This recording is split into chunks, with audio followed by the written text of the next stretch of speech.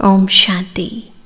प्यारे बाबा कई बार महावाक्यों में बहुत सी पौराणिक कथाओं का उदाहरण देते हुए हमें ज्ञान की गुह्य बातें समझाते हैं। उन्हीं कहानियों में से एक है राजा सगर और उसके पुत्रों की कहानी। तो आइए सुनते हैं। इक्ष्वाकु वंश में सगर नाम का एक प्रसिद्ध राजा था। कहा जाता है कि वह श्री राम जी और भागीरथ के पूर्वज थे। उनकी दो रानियां केशिनी और सुमति थी। राजा सगर की कोई संतान न होने की वजह से वह काफी दुखी और परेशान रहते थे। संतान प्राप्ति की इच्छा रखते हुए एक दिन राजा अपनी दोनों रानियों सहित हिमालय पर्वत पर तपस्या करने चले गए। जब वह हिमालय पर्वत पर तपस्या कर रहे थे तो ब्रह्मा जी के मानस पुत्र महर्षि भृगु ने उन्हें एक रानी से 60,000 अभिमानी पुत्र और दूसरी रानी से एक पुत्र जो उनका वंश चलाए ऐसा वरदान दिया।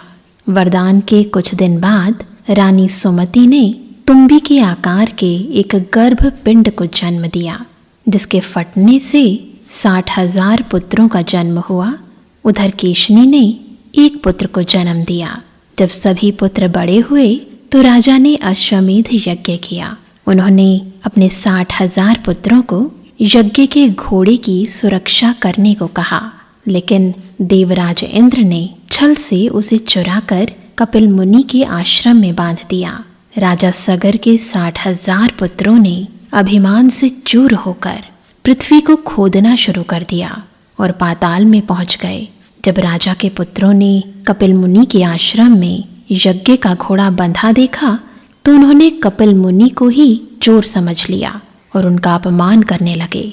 जब शोर सुनकर ऋषि का ध्यान टूटा तो वह बहुत क्रोधित हो गए और उन्होंने राजा सगर के सब पुत्रों को भस्म कर दिया।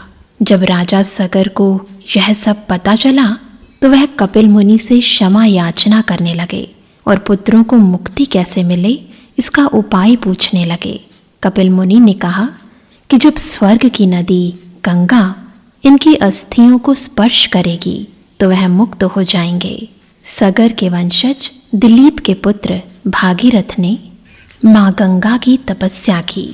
तब माँ गंगा ने प्रसन्न होकर भागीरथ को दर्शन दिए और वरदान मांगने को कहा। भागीरथ ने तब उन्हें धरती पर अवतरित होने को कहा। तब कहा जाता है कि स्वर्ग से गंगा धरती पर आई और कपिल मुनि के आश्रम में पहुंची, जिससे राजा सगर के पुत्रों को मुक्ति मिली। यदि ज्ञान नेत्र से इस कथा के भाव को समझें तो राजा सगर स्वयं परम पिता परमात्मा जो ज्ञान गुणों के सागर हैं, हम सभी आत्माएं उनके बच्चे हैं। परंतु जब हम देह अभिमान में आ जाते हैं तो हम विकारों की आग में भस्मीभूत हो जाते हैं और कर्म बंधनों में पूर्णतः फंस जाते हैं।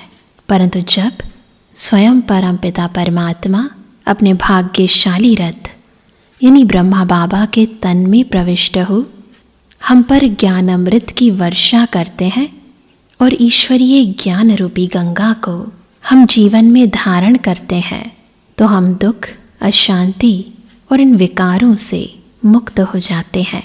ओम शांति।